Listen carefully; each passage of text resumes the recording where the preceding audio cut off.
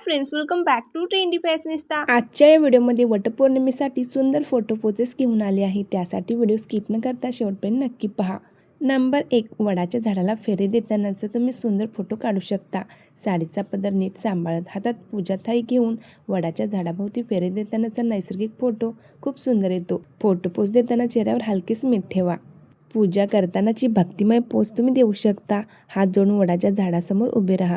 डोळ्यात श्रद्धा आणि शांत भाव ठेवल्यास फोटो अधिक सुंदर दिसेल।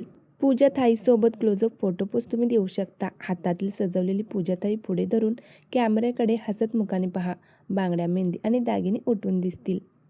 वडाला दोरा बांधतानाचा कॅन्डिड फोटो तुम्ही काढू शकता। वडाच्या झाडाला दोरा बांधताना नैसर्गिक क्षण टिपा। कॅमेऱ्याकडे न पाहता कृतीवर लक्ष केंद्रित करा।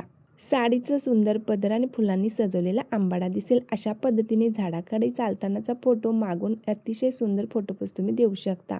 हातावर हात ठेवून अशी सिंपल पण एलिगंट फोटोपोज तुम्ही देऊ शकता।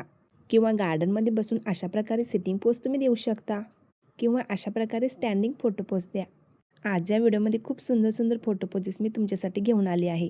सोप्यावरती बसून अशी फोटोपोज देऊ शकता किंवा पदरावर सुंदर डिझाईन असेल तर अशा प्रकारे पदर दाखवतानाचा फोटो तुम्ही क्लिक करू शकता। पदराची डिझाईन फोटोमध्ये येऊन फोटो खूप सुंदर येतात। फोटोपोज देताना तुमचा चेहरा रिलॅक्स आणि चेहऱ्यावर तुमचे स्माईल असायला हवी, म्हणजे फोटो खूप सुंदर येतात। किंवा अशा प्रकारे साडीच्या निर्यांशी किंवा पदराशी खेळतानाचा असा फोटो तुम्ही क्लिक करू शकता। किंवा हाताच्या अशा प्रकारे वेगवेगळ्या मूव करून अशा फोटोपोजेस तुम्ही क्लिक करू शकता। अगदी कुणालाही जमतील अशा इझी पण अतिशय सुंदर आणि एलिगंट अशा फोटो पोजेस मी तुमच्यासोबत शेअर केले आहेत। जर फोटो पोजेस आवडले असतील तर व्हिडिओला लाईक करायला विसरू नका। आपल्या मैत्रिणींमध्ये देखील शेअर करा।